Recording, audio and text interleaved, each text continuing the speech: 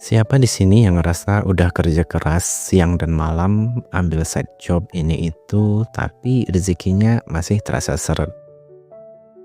Sementara kamu melihat ada orang yang kerjanya biasa aja, tak lebih keren darimu, tapi hidupnya terasa tanpa beban.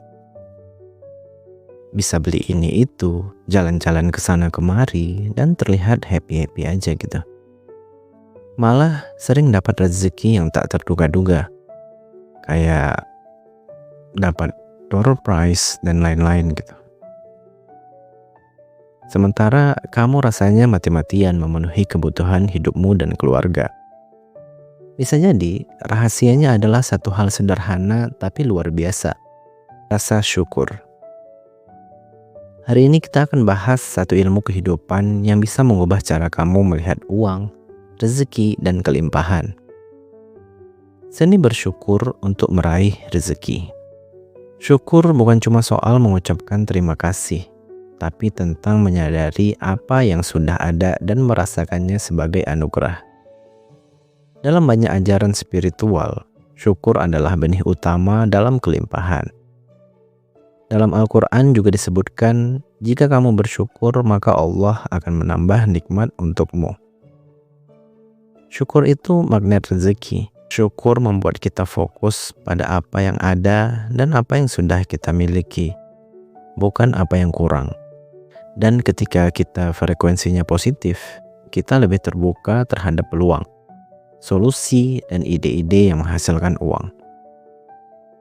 Orang yang bersyukur akan lebih peka melihat peluang kecil menjadi besar. Ia punya energi positif yang membuat orang lain nyaman dengannya. Ia tidak terjebak pada keluhan demi keluhan. Hubungan antara bersyukur dan frekuensi positif itu bisa dijelaskan dari perspektif psikologi, spiritual, dan energi emosional. Dari perspektif psikologi misalnya, bersyukur adalah kondisi mental yang sangat sehat. Orang yang bersyukur lebih fokus pada apa yang dimilikinya, bukan yang kurang. Ini bisa menciptakan emosi positif seperti kebahagiaan, kedamaian, harapan, dan kepuasan. Emosi-emosi ini menghasilkan reaksi biokimia yang membuat tubuh lebih rileks, pikiran lebih jernih, dan perilaku lebih optimis. Orang yang bersyukur cenderung lebih ramah, terbuka, kreatif, dan solutif. Karakter yang disukai oleh lingkungan sosial dan sering membawa peluang lebih besar, termasuk rezeki. Dari perspektif energi dan frekuensi, dijelaskan bahwa segala sesuatu di alam ini, termasuk emosi manusia, punya frekuensi getaran. Ini bukan sekedar konsep spiritual, tapi juga dibahas dalam teori vibrasi emosi oleh peneliti seperti David R. Hawkins dalam bukunya Power versus Force. Emosi negatif seperti takut, marah, dan iri itu frekuensinya rendah. Emosi itu menguras energi dan menarik masalah ke dalam hidupmu.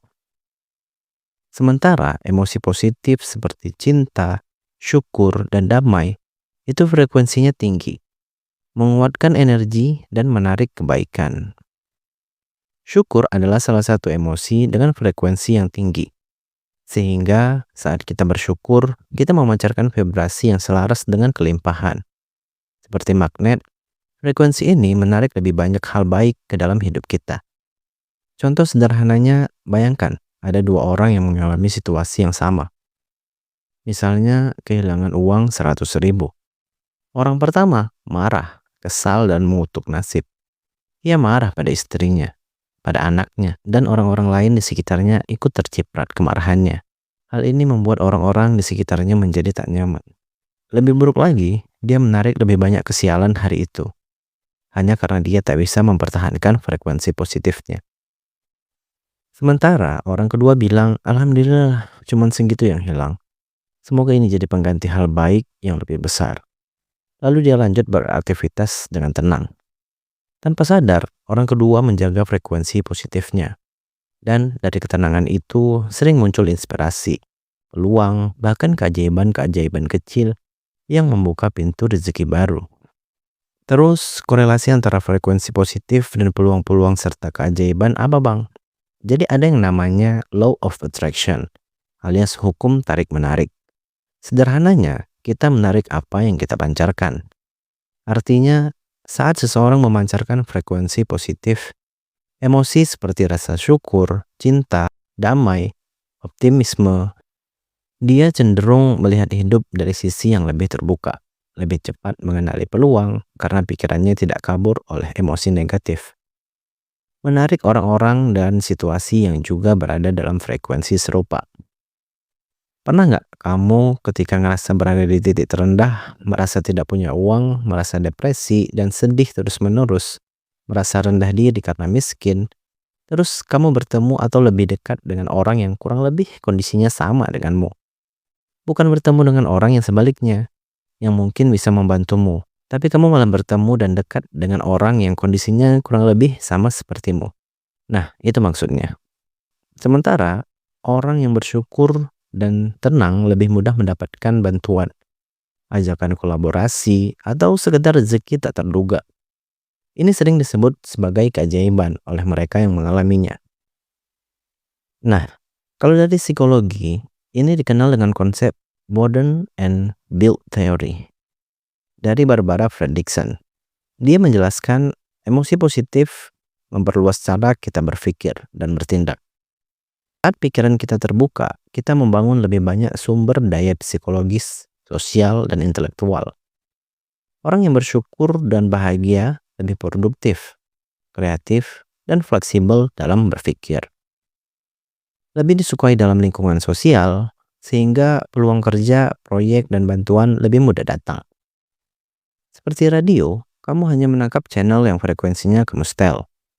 Makanya, orang yang bersyukur sering merasa semua terasa selaras. Hal-hal baik datang tanpa diduga. Seperti semesta mendukung. Ini bukan sihir, tapi efek dari kesadaran yang terbuka dan jernih, yang bisa menangkap lebih banyak sinyal baik dari luar sekitar. Frekuensi positif yang kamu pancarkan dari rasa bersyukur itu tidak menciptakan peluang secara ajaib, tapi membuatmu lebih siap, lebih peka, dan lebih menarik peluang untuk masuk. Atau dengan kata lain, keajaiban seringkali bukan datang dari luar, tapi dari versi dirimu yang lebih baik, lebih terbuka karena syukur. Kita semua tahu kalau bersyukur itu baik. Bahkan banyak orang bilang, kalau kamu ingin hidupmu berubah, mulailah dari rasa syukur. Tapi jujur aja nih, bersyukur itu kadang terasa berat. Berat banget malah, kalau kamu belum tahu kuncinya. Apalagi di tengah tekanan hidup. Cicilan, impian yang belum terwujud, dan perbandingan tanpa henti dengan orang-orang lain di media sosial. Rasa syukur kadang seperti kemewahan, bahkan seperti kebohongan. Penyebabnya tak lain karena otak manusia yang cenderung fokus pada kekurangan. Dalam psikologi evolusi ada istilah negativity bias atau bias negatif, yaitu kecenderungan otak untuk lebih peka terhadap hal-hal negatif dibanding hal yang positif. Kenapa begitu? Karena sejak zaman purba, memperhatikan bahaya adalah cara kita bertahan hidup. Masalahnya, bias ini masih terbawa sampai sekarang. Tapi sekarang ancamannya bukan hewan buas, melainkan deadline kerja, tagihan listrik, teman sebaya yang posting jalan-jalan ke Jepang. Dan akibatnya, otak kita terlatih untuk mengamati kekurangan lebih cepat daripada kebaikan. Kita jadi terlalu fokus pada apa yang belum kita miliki, ketimbang sesuatu yang sudah kita punya. Padahal yang kita punya itu adalah anugerah Tuhan yang luar biasa. Dulu, kita hanya membandingkan hidup dengan tetangga di depan rumah. Sekarang, kita membandingkan hidup dengan ribuan orang hanya dalam satu swipe. Ada yang baru beli rumah, baru punya anak, baru buka bisnis, baru lulus S2 luar negeri, dan banyak lagi hal-hal yang bisa dibandingkan dengan hidup kita. Saat melihat itu semua, kita mulai bertanya, kok hidupku begini-begini aja ya? Apa karena aku kurang usaha? Kenapa mereka lebih cepat sukses? Tanpa sadar, kita terjebak dalam perasaan kekurangan yang dibungkus dengan perbandingan. Padahal, mungkin kita sendiri sedang berada di fase terbaik. Hanya saja kita tidak melihatnya. Kadang, Kita juga lupa bahwa hal-hal yang biasa adalah karunia. Misalnya, bangun tidur tidak terasa seperti sesuatu yang harus kita syukuri karena terjadi begitu saja setiap hari. Padahal, coba kalau pagi ini kita tidak bisa bangun. Gak usah bilang meninggal dulu deh. Tapi misalnya tiba-tiba kena stroke ringan. Jadi gak bisa bangun dari tempat tidur. Atau kena saraf kejepit aja deh. Nah, kan baru tahu bahwa bangun dari tempat tidur di pagi hari adalah hal yang harus kita syukuri. Apalagi hal-hal yang terasa biasa aja, yang terasa tidak harus kita syukuri. Padahal orang lain mungkin sangat mengharapkannya. Misalnya, masih punya kedua orang tua yang sehat, bisa makan 3 kali sehari, masih bisa berjalan tanpa alat bantu. Nah, fokuslah pada hal-hal seperti itu. Untuk kamu bisa lebih banyak bersyukur dan merasakan nikmat dari Tuhanmu. Rasa syukur bukan muncul saat kita bahagia. Justru kebahagiaan lahir dari hati yang tahu caranya bersyukur.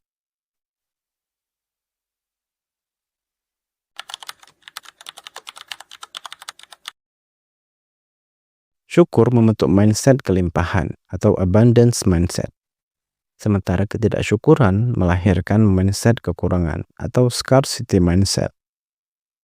Orang yang tidak bersyukur cenderung mengeluh, gaji segini mana cukup. Orang yang bersyukur bilang, alhamdulillah dari gaji ini saya belajar mengelola uang. Hasilnya dia jadi lebih kreatif dan menarik rezeki dari berbagai arah. Mindset kelimpahan adalah cara berpikir yang meyakini bahwa dunia ini penuh dengan rezeki, peluang, dan pertumbuhan, bukan keterbatasan. Lawan dari abundance mindset adalah scarcity mindset. Cara pikir yang selalu melihat kekurangan. Mindset kelimpahan percaya bahwa kesuksesan orang lain tidak mengancam kesuksesanku. Dunia ini luas. Rezeki itu bukan seperti kue yang habis kalau dibagi. Kalau aku terus berkembang, terus belajar, aku bisa membuka pintu rezeki yang lebih besar. Aku sudah punya banyak hal yang bisa disyukuri. Contoh realnya, seorang penjual online yang ikut bantu promosi dagangan teman. Karena percaya bahwa pembeli punya banyak kebutuhan dan rezeki itu tidak terbatas. Sementara orang dengan scarcity mindset sebaliknya. Pola pikirnya selalu merasa kekurangan. Iri saat orang lain sukses, karena merasa itu mengurangi jatahnya. Takut mencoba karena takut gagal, dan kehilangan yang sudah dimiliki. Sulit berbagi karena takut nanti dirinya nggak kebagian.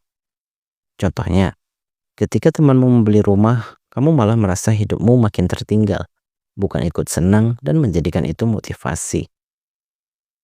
Atau kamu dapat gaji langsung bilang, ini sih nggak sampai sebulan juga udah habis. Ketika kamu dapat upah dari proyek, terus kamu bilang, ya cuma segini. Nah, disitulah letak kekuatan bersyukur. Nah, kalau kita udah tahu tentang pentingnya bersyukur, tapi selama ini belum terbiasa menerapkannya, ini tips untuk latihan biar kita bisa lebih terbuka terhadap hal-hal yang kita miliki dan bersyukur atasnya. Syukur itu bukan cuma soal mengucapkan alhamdulillah atau terima kasih dalam hati. Syukur yang benar-benar berdampak adalah syukur yang mengubah frekuensi batin, mengatur ulang cara pandang, dan pada akhirnya mengundang lebih banyak rezeki dan kebaikan ke dalam hidup kita. 1. Coba buat jurnal syukur. Setiap pagi atau sebelum tidur, ambil waktu 3 menit. Tanyakan pada dirimu, hari ini aku bersyukur karena apa? Tuliskan 3 hal yang benar-benar kamu syukuri. Tidak harus besar, bisa sederhana seperti, aku masih bisa bernafas, aku punya keluarga yang sayang padaku, aku masih bisa makan pagi ini. Tulis juga apa hal baik yang terjadi hari ini. Meskipun harimu berat, pasti ada 1-2 hal yang baik yang terjadi. Menulisnya akan menutup harimu dengan perasaan damai. Dan ini penting untuk menjaga vibrasi positif dalam hidupmu. Syukur yang diwujudkan lewat memberi. Barang siapa bersyukur, maka Allah akan menambah nikmatnya. Quran Surah Ibrahim ayat 7. Salah satu cara tertinggi bersyukur adalah dengan berbagi dari apa yang kita punya. Dan jangan salah, berbagi itu tidak harus menunggu kaya. Berbagi itu bisa dalam bentuk uang, waktu, atau kebaikan kecil seperti tersenyum dan mendoakan orang lain. Memberi dengan hati yang bersyukur, mengirim sinyal kuat ke semesta untuk bisa memberi lebih banyak. Dari situlah energi kelimpahan mulai bekerja. Yang ketiga, latihan syukur saat ujian datang. Ini sih yang paling sulit, tapi paling dalam. Syukur bukan hanya saat senang, tapi juga saat diuji. Ketika sesuatu tidak berjalan sesuai harapan, latihlah dirimu dan bertanya, apa pelajaran yang bisa aku ambil? Apa sisi positif kecil dari kejadian ini? Sikap ini berbeda dengan toxic positivity. Tapi ini adalah bentuk kebijaksanaan batin, bahkan luka sekalipun bisa menjadi guru. Dan orang-orang yang mampu bersyukur di tengah badai biasanya adalah orang-orang yang paling kuat mentalnya dan paling cepat naik kelas kehidupannya. Sebagai penutup, aku mau menganalogikan ini dengan siaran radio. Kita menangkap frekuensi yang kita setel. Kalau kamu setel radiomu ke 90,4 FM, kamu gak akan pernah bisa mendengar lagu dari 107,5 FM. Kamu harus menyesuaikan frekuensimu supaya kamu bisa menangkap siaran yang kamu mau. Begitu juga dengan hidup. Kalau kamu terus mengeluh, menyalahkan keadaan, dan fokus pada kekurangan, kamu sedang menyetel hidupmu di frekuensi kekurangan. Maka yang datang ya kekurangan terus. Tapi kalau kamu bersyukur, bahkan ketika hidup lagi sempit, kamu sedang menyetel hidupmu ke frekuensi kelimpahan. Dan pelan-pelan, hal-hal baik mulai terasa mendekat. Bukan karena semesta tiba-tiba baik, tapi karena kamu mulai peka. Kamu siap menerimanya. Ada cerita sederhana tentang seorang tukang jahit di sebuah kota kecil. Dia bukan orang kaya, tokonya kecil cuma berisi mesin jahit tua, tumpukan kain, dan lampu yang berkedip. Tapi setiap pelanggan datang, dia menyambutnya dengan senyum yang tulus. Suatu hari, seorang pemuda datang untuk memperbaiki kancing jasnya yang copot. Iya, cuma sebuah kancing. Bukan pekerjaan besar dan upahnya pun tak seberapa. Tapi penjahit itu mengerjakannya dengan semangat dan penuh cinta. Saat jas itu diperbaiki, si pemuda bertanya, "Pak, kenapa Bapak tetap kelihatan bahagia? Padahal ini kan tak seberapa." Tukang jahit itu menjawab sambil menjahit pelan. "Setiap kali aku menjahit satu kancing, aku selalu bilang dalam hati, terima kasih Tuhan, aku masih bisa bekerja. Masih ada orang yang percaya sama hasil tanganku." Dia tidak punya banyak, tapi dia selalu bersyukur atas satu kancing, satu pelanggan, satu senyuman. Beberapa bulan kemudian, pemuda itu kembali. Kali ini dia datang membawa tawaran. Ternyata dia adalah seorang manajer di satu butik besar. Dia mengajak tukang jahit itu untuk bekerja sama dengannya, dan hidup si tukang jahit pun berubah. Banyak orang bilang itu keajaiban, tapi kalau dipikir-pikir, mungkin itu bukan keajaiban yang tiba-tiba datang. Mungkin tukang jahit itu sudah lama menarik keajaiban itu lewat getaran syukurnya. Jadi ketika kita bersyukur, bukan cuma hati kita yang tenang, tapi seluruh energi kita berubah. Kita menjadi magnet untuk hal-hal baik. Kita selaras dengan vibrasi rezeki.